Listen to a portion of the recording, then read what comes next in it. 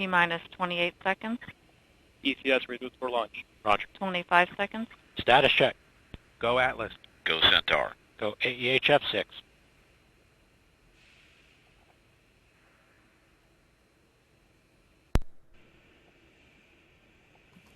T-minus 10, 9, 8, 7, 6, 5, 4, 3, 2.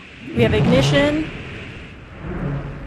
and liftoff of the United Launch Alliance Atlas V rocket with AEHF-6 on the first mission for the United States Space Force. Beginning the pitch over program. Passing 15 seconds into flight. PU has gone to closed loop control.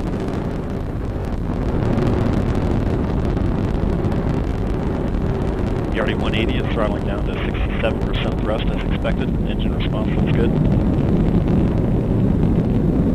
Passing 30 seconds into flight. 35 seconds into flight, Mach 1. Atlas V is now supersonic. Engine operating parameters look nominal.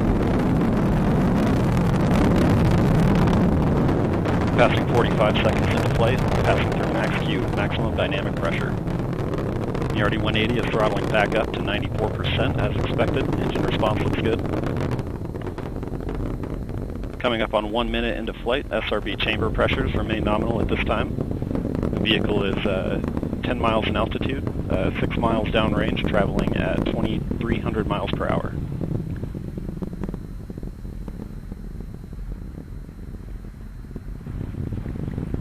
"75 seconds into flight, the RD-180 is throttling to 75% thrust as expected, standing by for SRB burnout shortly.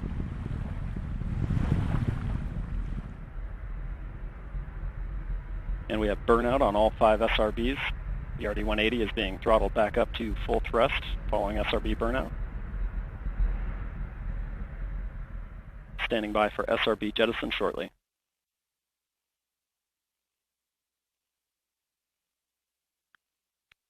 And we have jettison of all 5 SRBs.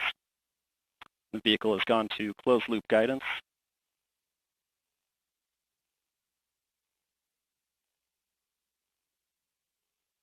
Passing 2 minutes into flight, the RD-180 pump speed and fuel injector pressures remain nominal. PU continues to drive mass errors towards 0. The vehicle is now 40 miles in altitude, 56 miles downrange, traveling at 5,000 miles per hour.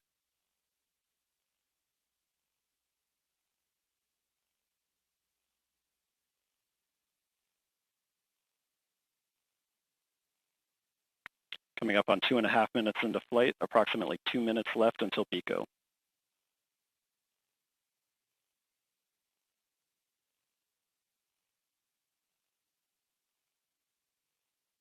And the RD-180 is now throttling to maintain a constant 2.5 G acceleration, and the Centaur reaction control system is now pressurizing to flight levels.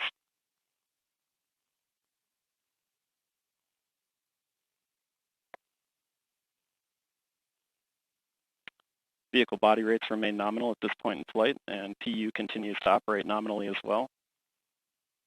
And the vehicle is now 65 miles in altitude, 140 miles downrange, traveling at 7,500 miles per hour. Standing by for payload fairing jettison shortly.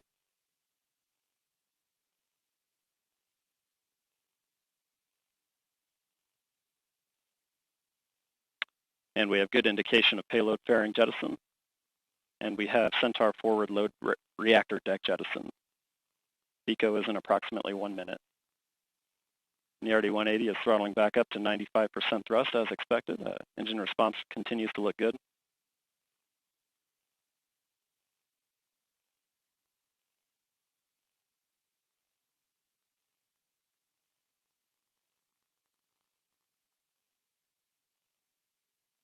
And the RD-180 is now throttling to maintain a constant 4.6 G acceleration limit. And we have the beginning of the boost phase chill down on the RL-10 to thermally condition the second stage engine for operation. Standing by for PICO shortly.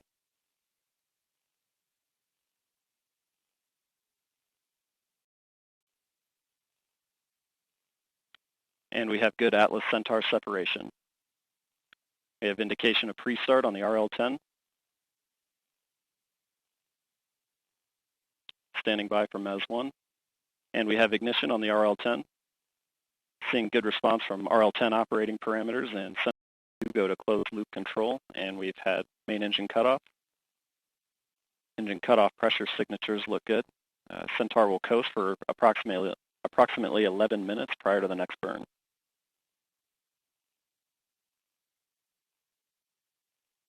Near the end of the first burn, we did have IIP vanish, and Centaur is now orbital.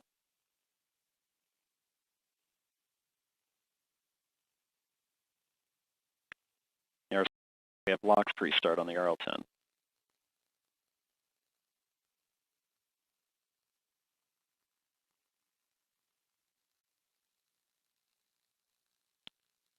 We have ignition for the second burn. This burn will be approximately 6 minutes in duration, and the TDO-2 payload will be deployed shortly after MECO 2.